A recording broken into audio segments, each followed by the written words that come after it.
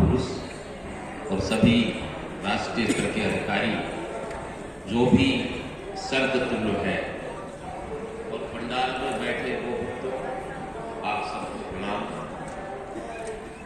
मैं देश की राजधानी दिल्ली में रहता हूँ और वहाँ कई बार बड़े बड़े कार्यक्रम हम लोग करते हैं, तो मैं उनसे कभी कभी पूछता हूँ कि आप लोग सोचते होंगे कि गाय माता की सेवा क्यों, भैंस की क्यों नहीं।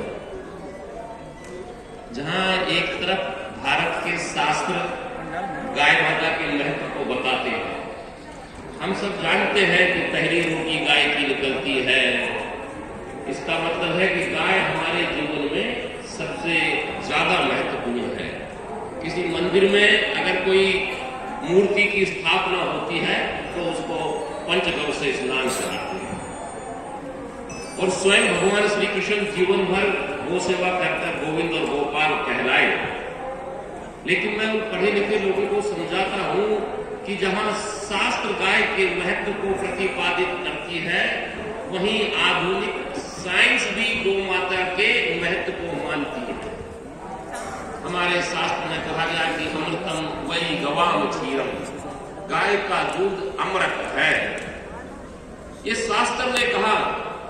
लेकिन साइंस भी कहती है कि गाय के दूध में 8 प्रकार के प्रोटीन, 21 प्रकार के अमीनो एसिड, 25 प्रकार के खनिज तत्व, minerals, calcium, potassium, phosphorus, zinc, ammonia पाए जाते हैं। इतनी अधिक मात्रा में पौष्टिक तत्व पृथ्वी के किसी दूसरे भोज्य पदार्थ में नहीं पाए जाते। भैंस के दूध में फैट 8% और गाय के में 4 से भी कम, 3.8। आजकल जिसको देखो आर्टरी ब्लॉक है, कोलेस्ट्रॉल बढ़ा हुआ है। हमारे मध्य डॉक्टर वल्लभ भाई कथीरिया बैठे, जो हार्ट सर्जन भी है और कामधेनु आयोग के राष्ट्रीय चेयरमैन भी है। हमारे भी अस्पताल चलते हैं, हम देखते हैं कि आज जिसको देखो 30, 35, 40 साल का अगर कोई व्यक्ति है तो उसको हार्ट अटैक हो रहा है, उसका कोलेस्ट्रॉल बढ़ा है, उसकी आर्टरी ब्लॉक है, एंजियोग्राफी, एंजियोप्लास्ट हो रहा है। इसका कारण क्या है? भैंस का दूध। भैंस के दूध में फैट 8%, गाय के में 4।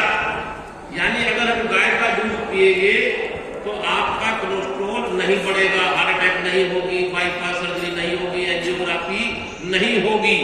ये बहुत ही बड़ी बड़ी क्रांतिकारी बातें हैं जो हमें समाज को बताना है। तीसरी बात, भैंस के दूध में पोटेशियम 90 माइक्रोग्राम, गाय के दूध में 140। पोटेशियम वो तत्व है, वो एलिमेंट है, वो केमिकल है जो हमारे ब्रेन की सेल को एक्टिवेट करता है, यानी बुद्धि बढ़ाता है, यानी IQ बढ़ाता है, आदमी को इंटेलिजेंट और ब्रिलियंट बनाता है। ये बहुत बहुत बहुत बड़ी क्रांतिकारी बात है। अगर हमारे बच्चे गाय का दूध का सेवन करेंगे तो वो बुद्धिमान बनेंगे, ओजस्वी बनेंगे, तेजस्वी बनेंगे, और जहां ये IQ बढ़ाता है वहीं ये EQ भी बढ़ाता है, इमोशनल क्वेश्चंस, यानी व्यक्ति में दया, ममता, करुणा, प्यार, भाईचारा, इंसानियत, ये सब जो गुण है ये गाय के दूध और घी के प्रयोग से बनेंगे। तो ये जो कितनी बड़ी, कितनी महत्वपूर्ण बात है। हमारी संस्कृति ऐसे ही नहीं किसी को पूज रही है। अगर हमारे शास्त्र में कहा गया है कि सर्वदेव स्थितः देहे सर्वदेवमयी गौ, गौ माता के शरीर में समस्त 33 कोटि देवताओं का वास है, तो आधुनिक वैज्ञानिक भी इसको मान रही है कि गाय माता कोई साधारण प्राणी नहीं है, ये मनुष्य से भी ज्यादा महाप्राणी है।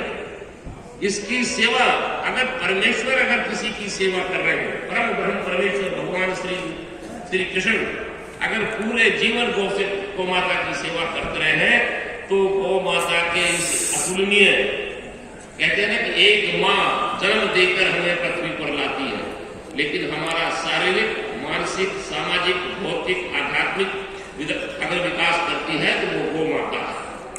अगर गाय 25 का खाती है तो 50 का देती है। हम केला खाते, गाय छिलका खाती है।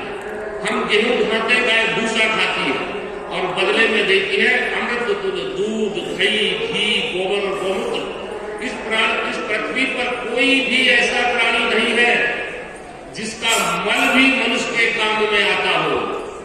हम अपना मल साफ करते हैं तो साबुन से हाथ धोते हैं, लेकिन गाय के पांचों पदार्थ, गाय का दूध, गाय का दही, गाय का घी, गाय का गोबर, गाय का मूत्र, ये पांचों पदार्थ इस मानव जाति के लिए कल्याण करते हैं। ऐसा प्राणी इस पृथ्वी पर कोई दूसरा नहीं है।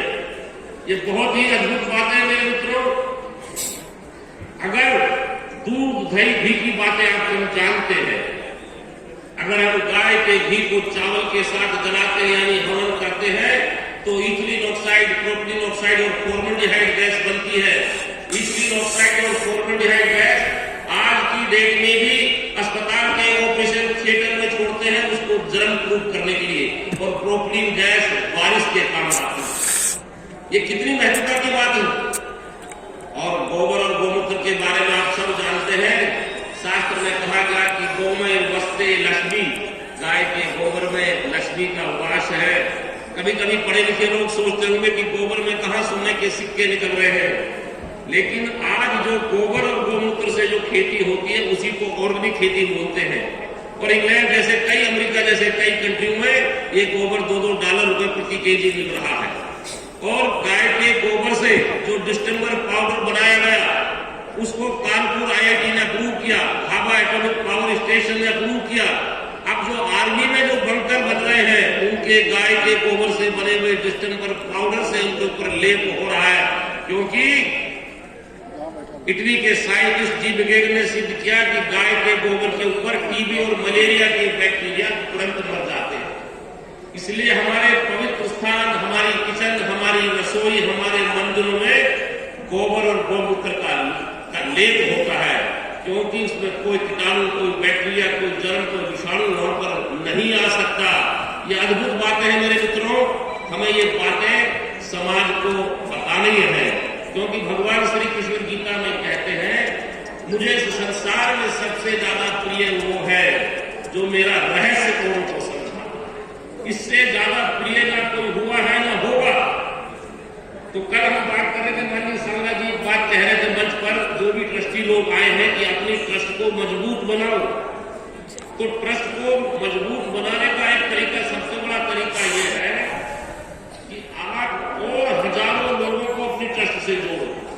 मैंने देखा कि जो दिल्ली के पढ़े लिखे लोग हैं, doctor, engineer, CA, IAS, IPS, उनको पहले गौ माता के बारे में बहुत ज्यादा नहीं पता था, लेकिन जब हमने ये बातें उनको बताई तो वो इतने बड़े भक्त बन गए कि खूब सेवा करते हैं। गाय का दूध आज 150-200 रुपए किलो दिल्ली में मिल रहा है, 3-3, 4-4, 5-5 हजार रुपए किलो गाय का घी दिल्ली में बिक रहा है, और उसकी भी मांग पूरी नहीं होती है।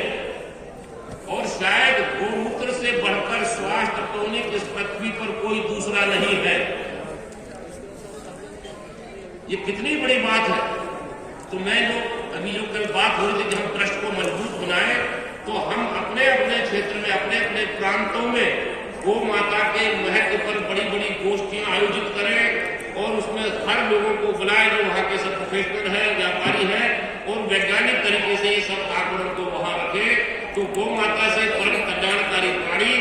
मैंने जिस गुरु महाराज से दीक्षा ली वृंदावन में, उन्होंने 100 पुस्तकें लिखी हैं। शास्त्रों में 60 दर्शनाचार्य हुए, न्याय, दर्शन, मीमांसा, योग, वेदांत, वैष्णव में आचार्य हैं।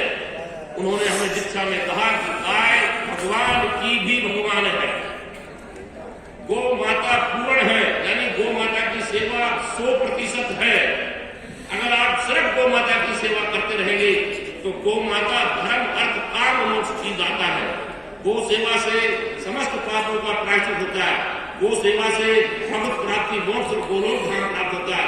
तो इससे बड़ा कोई भी, इस महाकुंभ से हम सब अपने आप को और चार्ज करके जाए कि हम अपने अपने क्षेत्रों में गो क्रांति को फैलाएंगे। जय हिंद, जय गौ माता, जय गौ। बहुत बहुत धन्यवाद डॉक्टर साहब।